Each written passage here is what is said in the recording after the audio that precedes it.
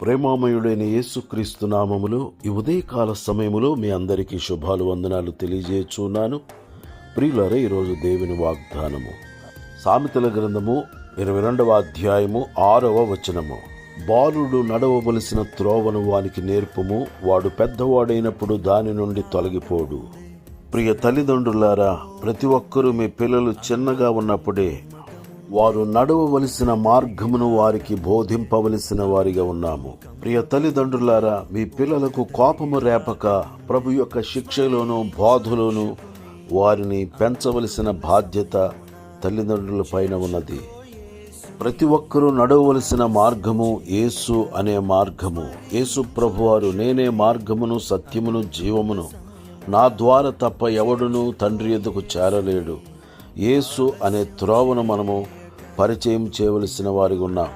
యేసు అనే త్రోవను తెలుసుకుని ఆ త్రోవలో మనము నడుచుకొనుచు మన పిల్లలను ఆ త్రోవను నడిపించవలసిన వారిగా ఉన్నాము.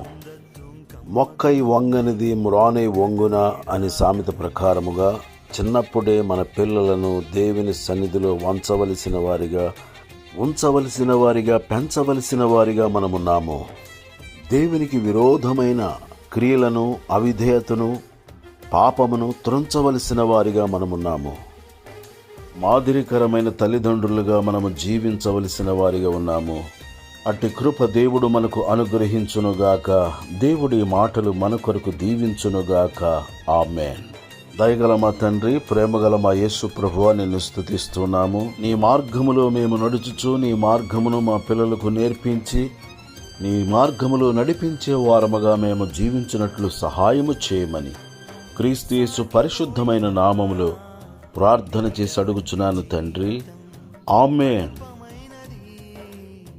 నీటి బుడగ వంటిది సాగిపోయిన నీడ వంటి జీవితం అల్పమైనది.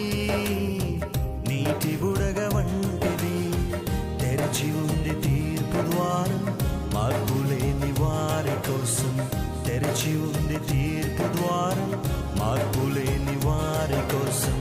పాతాళ వేదనలు తప్పించుకొనలేవు, ఆఘోర బాధలు వర్ణింపజాలవు. పాతాళ వేదనలు తప్పించుకొనలేవు, ఆఘోర బాధలు వర్ణింపజాలవు.